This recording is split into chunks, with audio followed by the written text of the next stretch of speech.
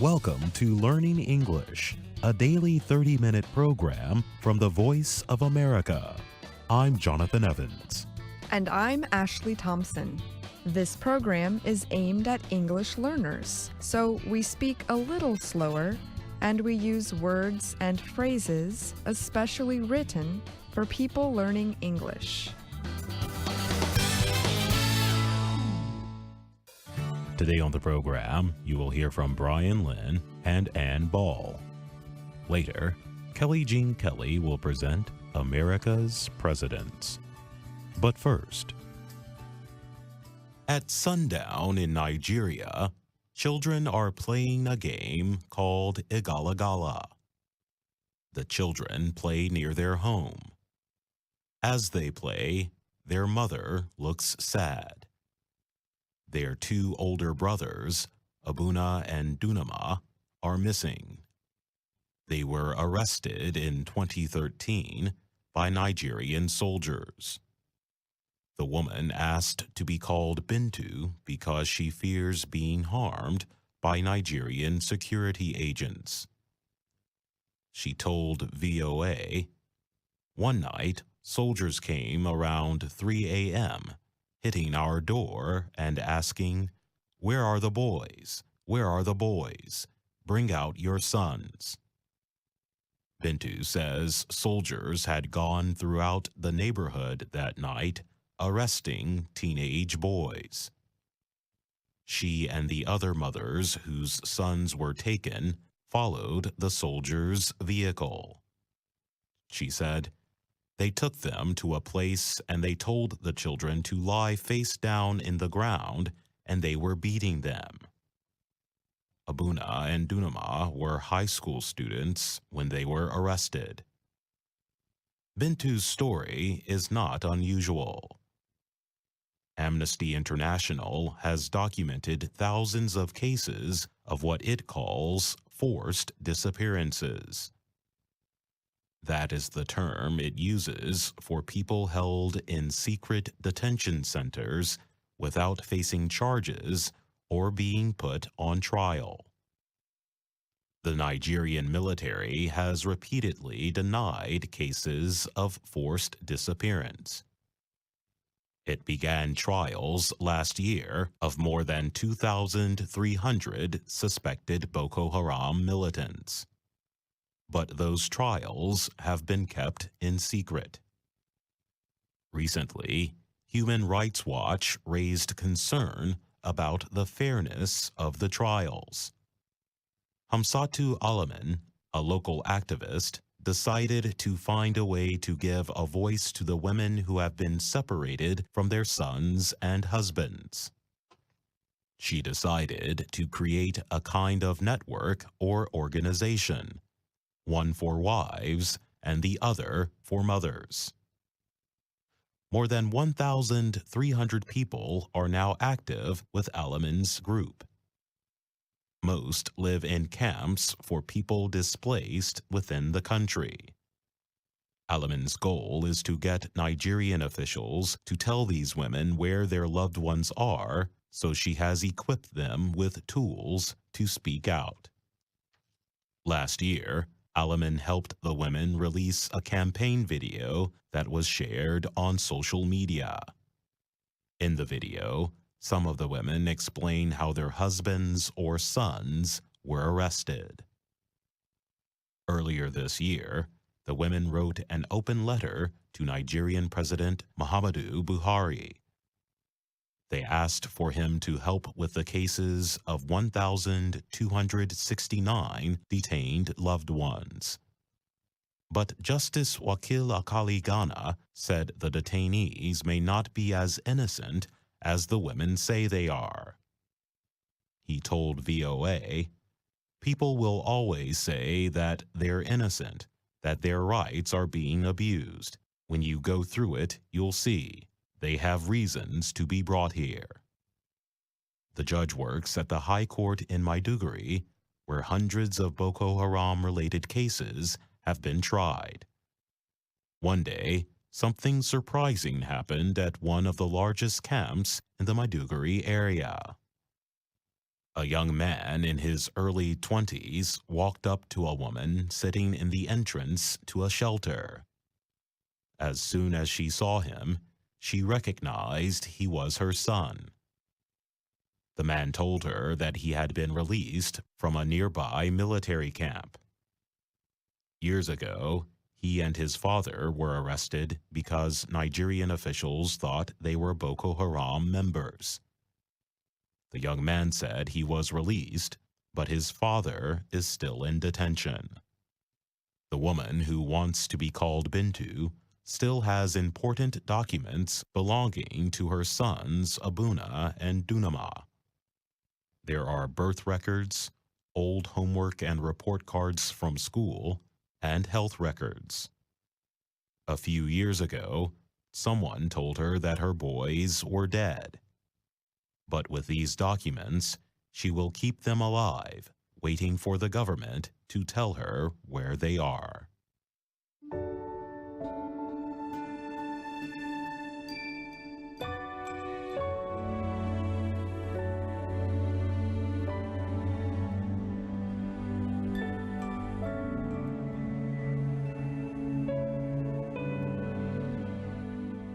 It is common to see many different kinds of insects while spending time outside in the summer. Some of these tiny creatures do not bother people and can even add beauty to the natural environment. Examples of these are insects like ladybugs, butterflies, and fireflies. Other insects can harm the environment or humans. Many are known to bite or sting. Some carry dangerous diseases. This group includes insects like mosquitoes, ticks, and cockroaches. The population of these insects seems to stay large and healthy. But scientists say this does not appear to be true for some flying insects that serve an important purpose. There is growing evidence that these insects are decreasing across the world. Many of these insects are very important to plant growth and development. They also serve as a necessary link in the food chain and can help break down life when animals die. One researcher looking into the current insect population is Doug Ptolemy, a professor at the University of Delaware. He worries that a continual drop in the number of helpful insects could lead to disastrous results. If the insects disappeared, Earth's important life forms would begin to go away too, Ptolemy told the Associated Press. This could result in a total breakdown of the ecosystem. How much worse can it get than that? He asked. Ptolemy noted a statement by one of America's best-known biologists, E.O. Wilson, of Harvard University. Wilson once called insects the little things that run the world. Wilson is now 89 years old. He told the AP that he remembers walking through Washington, D.C. in the past when it was alive with insects, especially butterflies. Now, he said, the flying insects are virtually gone. Wilson said this point seemed to be confirmed during a drive he made last year from Boston, Massachusetts, to the neighboring state of Vermont.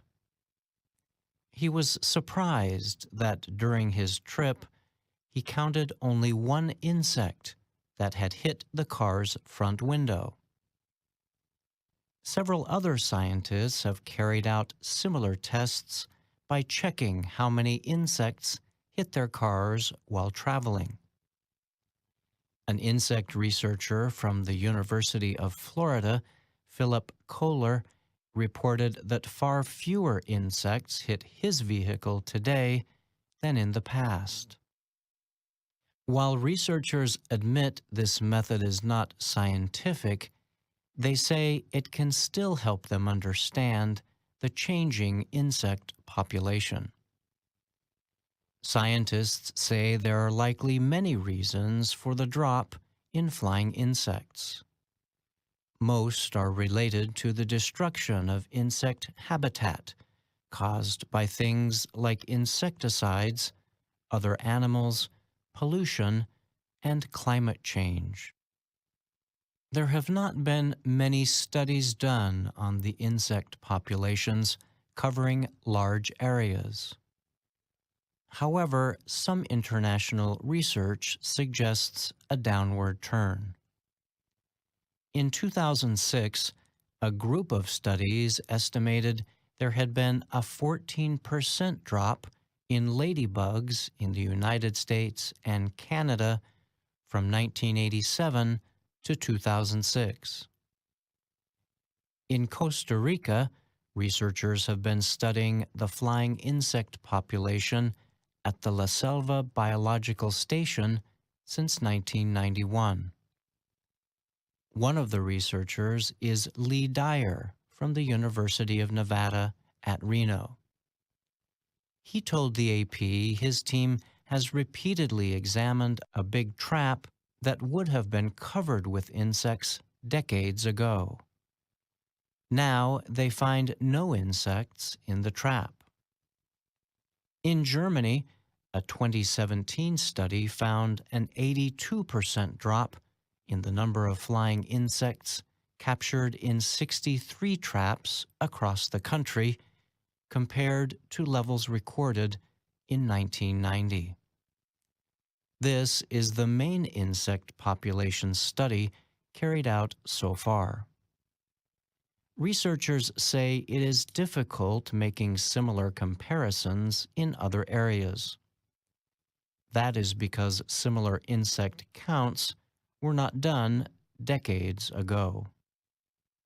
After the German study, other countries also started looking into the problem. Tok Thomas Hoye of Aarhus University in Denmark studied flies in a few areas of rural Greenland. He said he discovered an 80% drop in the insects since 1996. David Wagner of the University of Connecticut says other evidence leads him to believe the findings of the 2017 study are clearly not a German thing. Wagner has measured drops in moth populations in the northeastern United States. We just have to find out how widespread the phenomenon is, he said. I'm Brian Lynn.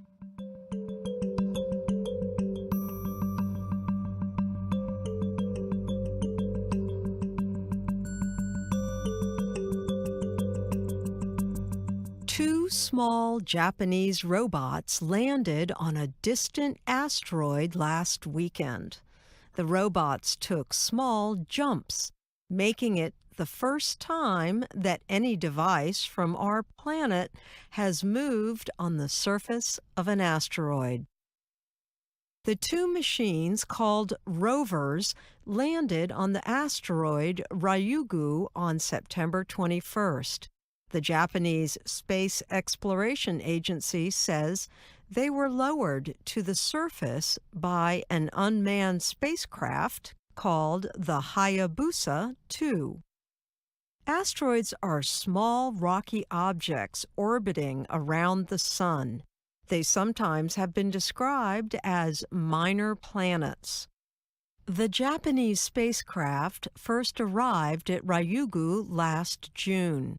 It flew as close as 55 meters to the asteroid before it released the rovers.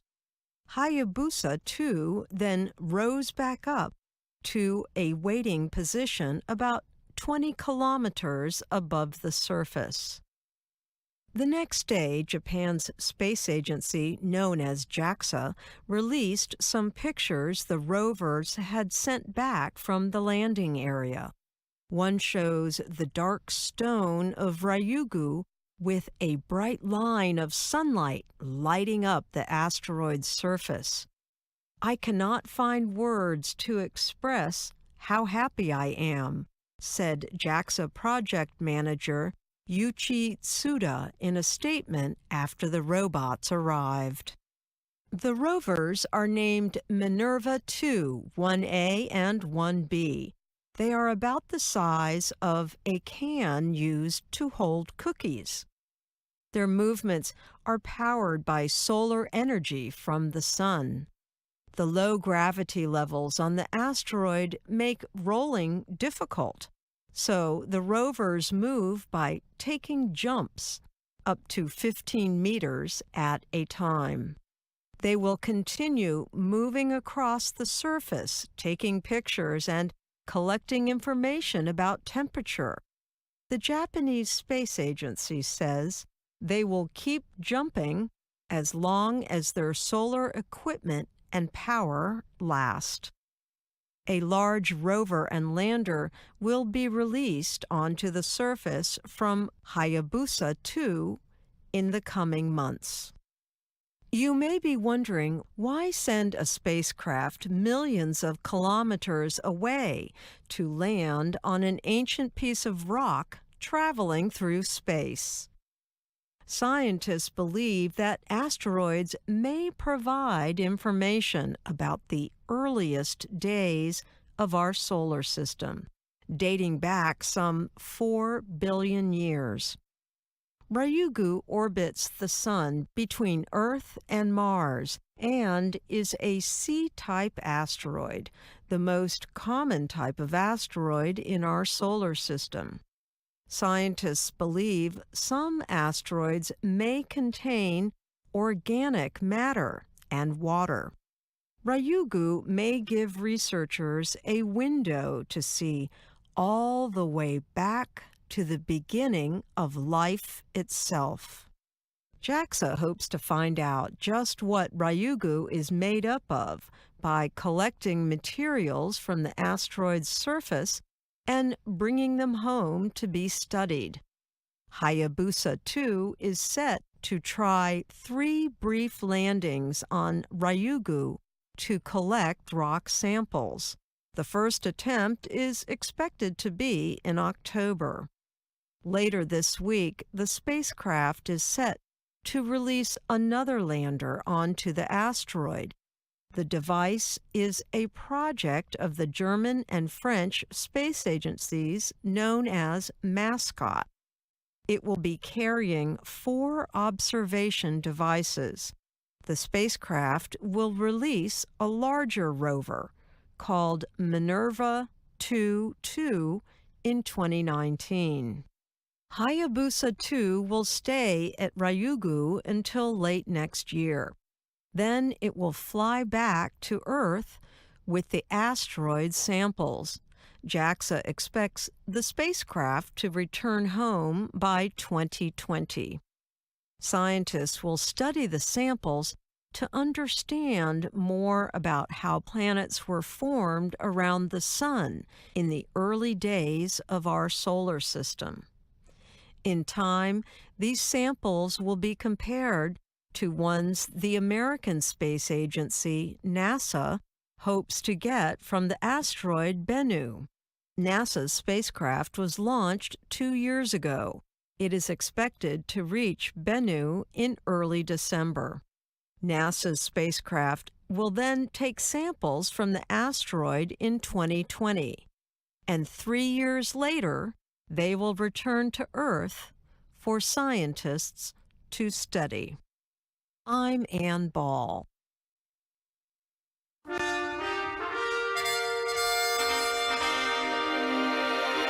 VOA Learning English presents America's Presidents. Today we are talking about William Henry Harrison.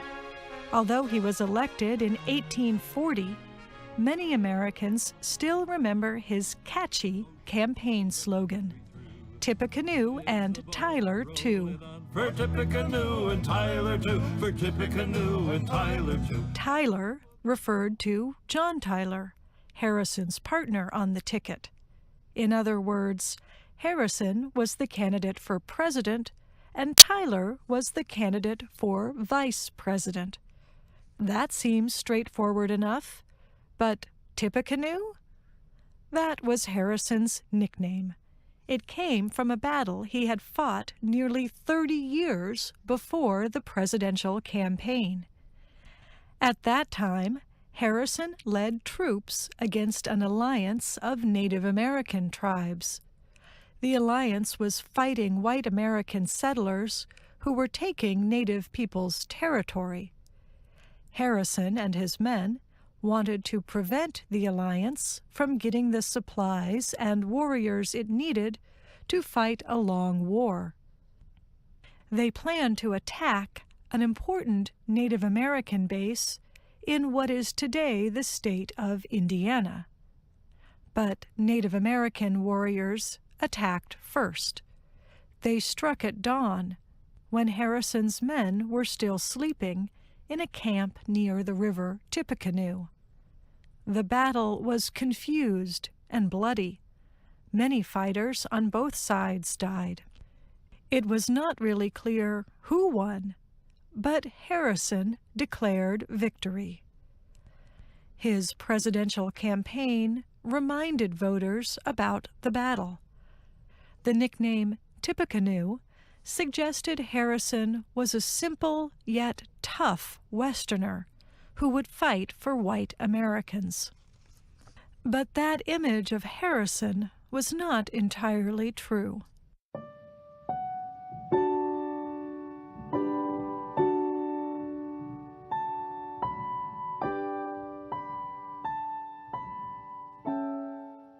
Harrison did not come from a simple Western family. Instead, he was the youngest child of a wealthy family from the southern state of Virginia.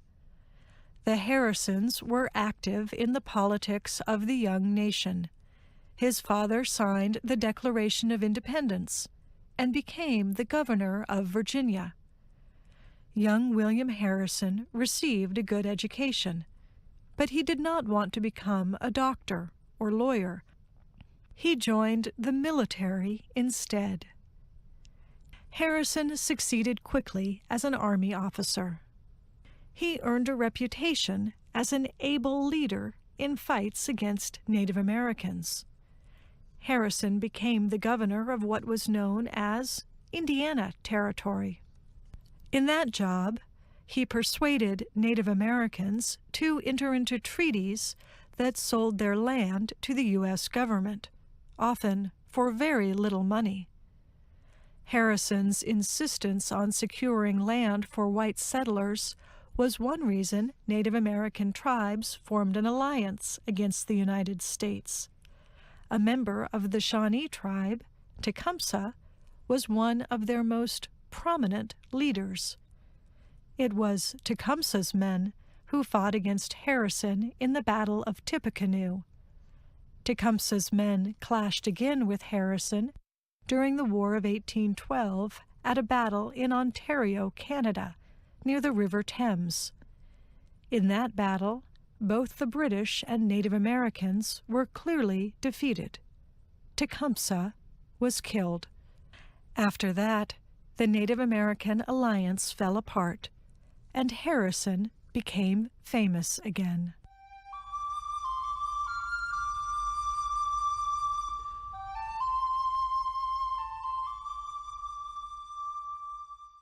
Although Harrison was a well-known fighter against Native Americans, he could not find lasting success as a politician. He served briefly in both the House of Representatives and the Senate, but he did not stay in those positions long. He struggled with debt. His home in Indiana was very expensive. He also had to provide for his 10 children. The emotional cost of his family was also high. only 4 of his children lived past the age of 40. In 1836, Harrison's fortunes seemed to change. A new party, called the Whigs, looked to him as a presidential candidate. The Whigs strongly opposed President Andrew Jackson and his policies. They did not want Jackson's vice president and right-hand man, Martin Van Buren, to become president, but they understood that Jackson was very popular with everyday Americans. So the Whigs thought that Harrison, a military hero from the West, just as Jackson was, would appeal to voters. At the time, voting was limited mostly to white men. The Whigs nominated Harrison as one of their candidates. Harrison did well, but not well enough. Van Buren won the 1836 election, but the next election belonged to Harrison. His campaign developed that memorable song about Tippecanoe and Tyler, too. Supporters also turned an insult against Harrison into an advantage. Harrison's opposition said he would be happy to spend the rest of his life just sitting in a log cabin and drinking hard cider, an alcoholic drink made from apples. The opposition wanted to suggest that Harrison was not really interested in becoming president and working hard for the American people. But Harrison's supporters used the images of a log cabin and hard cider to portray Harrison as a humble man who could relate to common Americans. The plan was a success. Harrison won the election. Sure, let him talk about hard cider, cider, cider, and log cabins too. 'Twill only help to speed the ball for Tippecanoe and Tyler too, for Tippecanoe and Tyler too. And with him we'll beat little Van is a used-up man, and with him we'll beat little Van. At 68, Harrison was the oldest person yet to take office.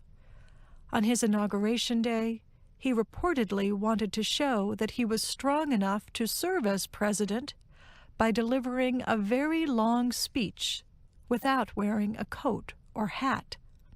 Several weeks later, Harrison became sick. He complained of many problems: anxiety, fatigue, and pain in his stomach.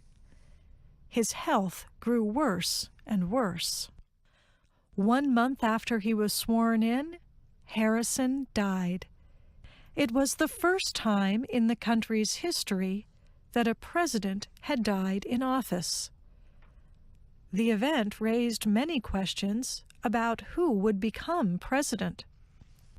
That question is answered in the next episode of this series.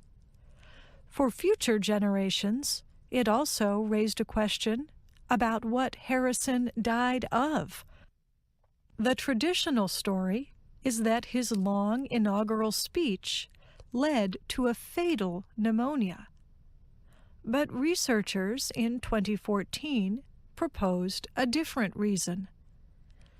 Jane McHugh and Philip Mackowiak wrote in the New York Times that while Harrison was in office, Washington, D.C. did not have a good sewer system.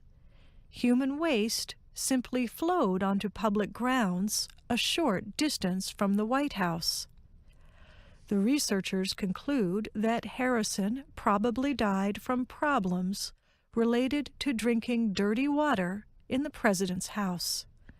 So, for Harrison, winning the White House may not have been good fortune at all. And that's our program for today. Listen again tomorrow to learn English through stories from around the world. I'm Jonathan Evans. And I'm Ashley Thompson.